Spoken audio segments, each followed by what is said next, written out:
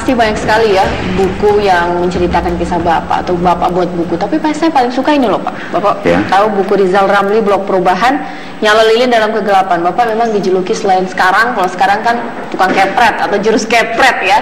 Tapi juga Bapak sang pendobrak atau breakthrough. Bahkan di sini Pak, ini saya bacain ya Pak ya, bagaimana Bapak punya solusi buat Indonesia menempuh jalan baru, merebut kedaulatan ekonomi dari kreditor asing dan korporasi multinasional. Ibaratnya adalah ekonomi mandiri yang Bapak inginkan ya Pak ya. Bisa nggak sih Indonesia mencapai itu Pak sebenarnya? Indonesia sangat bisa, karena ini kan negara kaya sekali, Caca. Tapi kita kelolanya kurang bagus. Kalau kita benahin kelolanya, kita negara hebat, ini raksasa di Asia.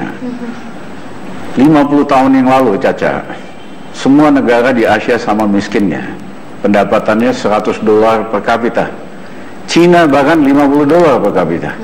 Tapi dalam waktu 50 tahun, negara-negara di Asia ini maju pesat. Bisa kuliah di luar negeri, kalau orang mikirnya, wah jangan-jangan ini udah anak orang kaya, bisa kuliah MA, PhD. Orang nggak tahu dari perjuangan Bapak sampai kemudian bisa kuliah di luar negeri Pak ya. Caca, saya 6 tahun udah yatim piatu. Tapi ibu saya wariskan sesuatu yang sangat berharga. Dia ngajarkan saya membaca. Sejak umur 4 tahun udah bisa baca. Dengan modal baca, akhirnya bisa kemana-mana. Tapi waktu itu pahit sekali, sedih sekali. Lebaran nggak punya baju baru. Lebaran keluarga lain happy. Tapi saya balikkan kepedihan itu, kepahitan itu jadi tantangan bahwa anak yatim piatu juga bisa jadi orang kok. Saya mau buktikan. Bapak kemudian setelah beberapa kali mencicipi jabatan menteri 2 kali, kemudian yang paling fenomenal ini sekarang saat Bapak begitu gencar mengkritik Jokowi, kemudian Pak Jokowi manggil dan memberikan posisi Menteri Menko Maritim kepada Bapak. Itu bagaimana sih Pak jalannya? Ya, satu hari saya dipanggil pagi-pagi ke Bogor. Sorenya akan diumumkan kabinet. Saya ketemu Presiden Jokowi. Pak Jokowi nawarkan supaya saya mau jadi Menko Maritim. Saya katakan terima kasih Mas. Saya mohon maaf nggak bisa terima. Karena di mobil saya udah tahu bakal ditawarkan ini, saya udah siap calon yang saya usulkan. Oh gitu, udah punya calon. Ya, jadi saya bilang saya mohon maaf. Kemudian Pak Jokowi mengatakan, Mas Rizal, saya betul-betul perlu orang yang ngerti masalah dan berani. Mas Rizal tuh ngerti masalah dan berani. Saya masih bilang, mohon maaf Mas, saya lebih bagus di luar. Terima kasih atas kehormatannya. Tapi kemudian Pak Jokowi orangnya kan memang sederhana sekali. Dia katakan, Mas Rizal, yang minta tolong ini bukan hanya saya, Jokowi Presiden. Siapa sih saya dibandingkan Mas Rizal? Pengalaman maksudnya. Yang minta tolong ini rakyat Indonesia yang pengen hidup lebih bagus. Begitu Pak Jokowi ngomong gitu, saya luluh udah. Aktivisnya pasti kalau melihat ada yang tidak sesuai gitu, mau nggak mau keluar kemudian kritikannya. Sempat kemudian disorot Bapak agak sedikit bersitegang dengan Pak Sudirman Said. Tapi sebenarnya hubungan Bapak dengan Pak Sudirman seperti apa sih Pak? Biasa-biasa aja, kalau ketemu salam-salaman, ketawa. Yang harus dibedakan adalah policy, kebijakan. Karena kan kita misalnya ingin di Masela, supaya itu di darat, supaya ekonominya manfaatnya lebih besar. Itu sama misalnya Indonesia ini banyak pohon pisang, Caca. Buah pisangnya kita jual ke luar negeri, dia bikin selai, dia bikin pisang goreng, dijual lagi ke kita 7 kalinya, 10 kalinya harganya. Kita miskin nggak seumur hidup? Miskin. Itu yang terjadi dengan sumber daya alam kita. Kalau hanya ekspor gas, gasnya kita ekspor ke Taiwan, sama Taiwan diubah jadi produk petrokimia, jadi tekstil, jadi macam-macam, dijual lagi ke Indonesia harganya 7-10 kali. Lah kami nggak mau model begini. Kami maunya oke, setengahnya diekspor, setengahnya harus kita ubah jadi industri petrokimia. Karena akan menciptakan 300.000 pekerjaan. Manfaatnya akan besar. Jangan dilihat persoalan Rizal Ramli dengan menteri ini terlalu kecil itu.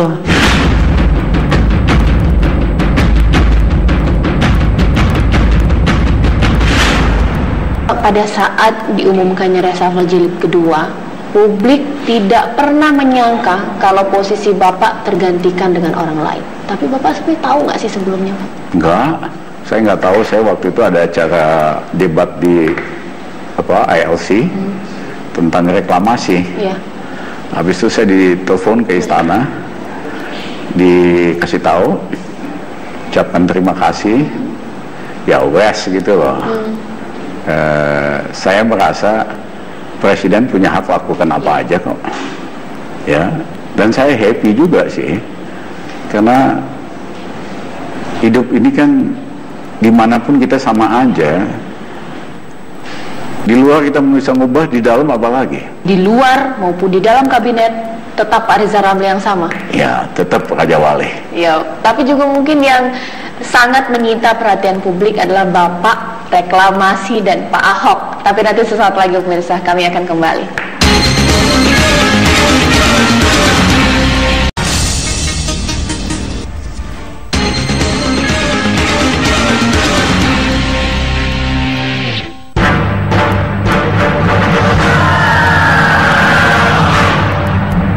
Komite gabungan dan para menteri sepakat bahwa Pulau G kami putuskan untuk dibatalkan untuk waktu seterusnya.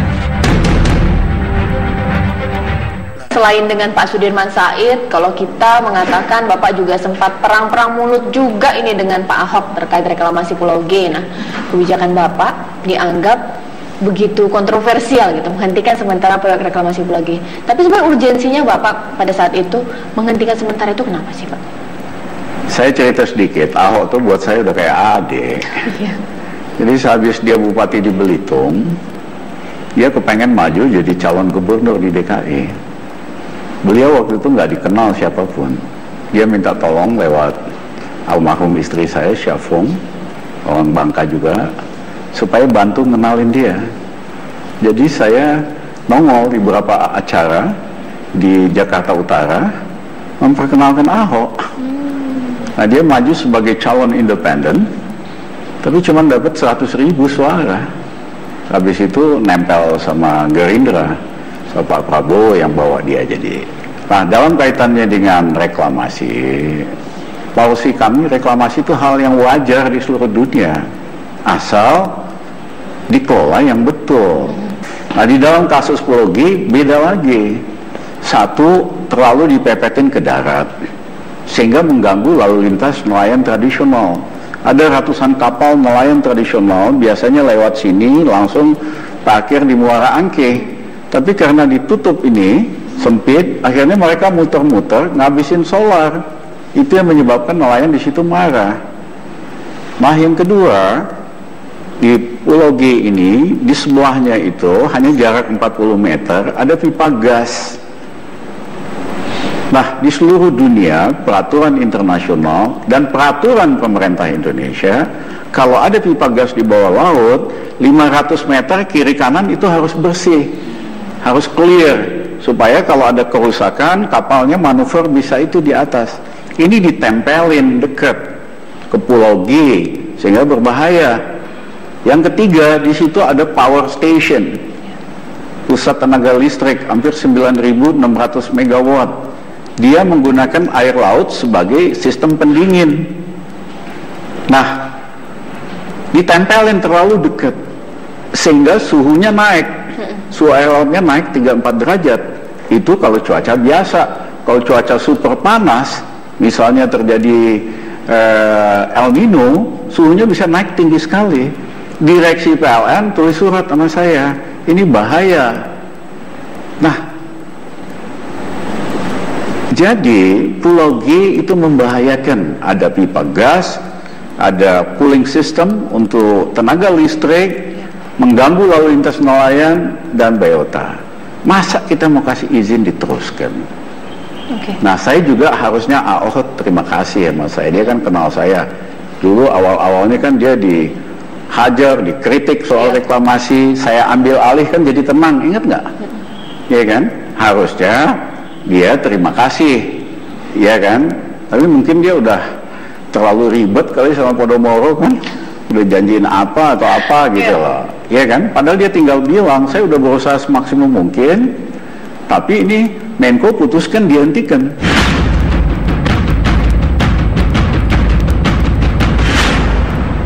Tadi ya saya sempat dapat kabar nih Pak, nama Bapak salah satunya sudah mulai sering nih disebutkan untuk maju DKI 1. Gimana nih Pak? Belum kepikiran. Kenapa belum kepikiran? Bapak sudah mengurusi negara, pasti ngurusi DKI Jakarta Bapak juga bisa. Belum kepikiran, Caca, ya kan? Memang sejak saya berhenti dari kabinet, saya juga kaget dan terharu. Banyak sekali rakyat biasa, tokoh-tokoh masyarakat datang ke rumah, ke kantor, nggak berhenti-berhenti. Ada yang sampai jam 10 malam. Ya, pertama mereka menyatakan simpati, kaget, kok jadinya kayak begini. Di antara tamu-tamu Bapak dari daerah, ada nggak tamu partai politik Pak? Jangan-jangan sudah mulai ada nih Pak, sudah melirik-lirik Bapak. Ada beberapa pengurus partai politik datang ke rumah, ngobrol, ya kan, macam-macam, dari macam-macam partai, karena saya kan temannya banyak banget, Caca, dari segala lingkungan. Iya. Oke, kalau misalnya nih Pak, Bapak melihat sekarang dan harapan Bapak ke depannya, apa sih Pak? Gubernur yang saya kagumi, sahabat senior, adalah Bang Ali. Pada waktu itu Jakarta nggak ada duit, tapi dia bisa bikin taman-taman bagus, bisa bikin gelanggang remaja bagus-bagus, bisa bikin kolam renang, bisa tata Jakarta. Padahal waktu itu nggak ada uang Jakarta. Sekarang uang Pemda itu banyak sekali, ratusan kali zaman Bang Ali. Tapi yang rakyat dapatkan di Jakarta itu nyaris sedikit sekali. Caca, kalau kamu jalan di kampung-kampung Jakarta, kamu lihat rakyat biasa mesti beli air bersih lebih mahal dari orang kota. Ini nggak benar, Caca. Kampung-kampungnya padat, kumuh. Zaman Bang Ali ada Kampung Improvement Project. Kemana tuh duit? Anggaran Jakarta ini 72 triliun. Itu pun banyak yang bocor. Kalau dibenahin bisa 100 triliun. Masa nyediain air bersih aja nggak bisa? Rakyat di kampung-kampung pakai dirigen gitu, mau beli dengan harga lebih mahal. Sanitasinya payah. Dan kenapa sih kalau mau ngapa-ngapain mesti pakai kekerasan, menggusur? Saya didatengin oleh ibu-ibu, bapak-bapak, datang ke rumah tuh, nggak pakai janji, yang digusur di akuarium. Ya mereka udah tinggal 40 tahunan di situ. Digusur dengan banyak sekali aparat. Minta waktu lebaran nggak dikasih. Anaknya lagi ujian nggak dikasih. Ini kejam banget gitu loh. Pakai tentara lagi, pakai polisi. Bikin rusak nama tentara sama polisi dipakai buat alat buat ngegusur. Padahal ada cara lain. Kenapa nggak ditata? Itu saya tanya luasnya berapa sih? Ada 4 hektar.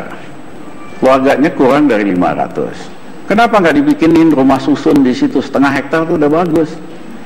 Mereka dikasih rumah susun di tempat lain, jauh dari tempat mereka cari makan. Yang kedua, mereka mesti bayar sewa rumah susun. Padahal kalau di sini bisa gratis. Nah, yang 3,5 hektar lagi, setengah hektar bisa buat penghijauan, 3 hektar lagi kalau mau dikasih swasta, silakan bangun. Sikap yang sangat sikap seorang aktivis. Keluarga nggak ada yang bilang, udah loh Pak, nikmati saja nih masa tuanya Bapak dengan hidup tenang, nyaman, toh anak-anak juga udah sukses, Bapak nggak usah kritik lagi pemerintah, Bapak nggak usah vokal di mana-mana. Semua tadi bilang gitu nggak sih keluarga Pak? Ada anak saya. Bapak ngapain lagi sih Pak? Apa kan udah apa aja udah. Jadi penasihat PBB udah apa, ngapain sih? Tapi kan ada pepatah, old soldier never die. Saya bukan prajurit, saya patriot. patriot nggak pernah mati buat bangsanya.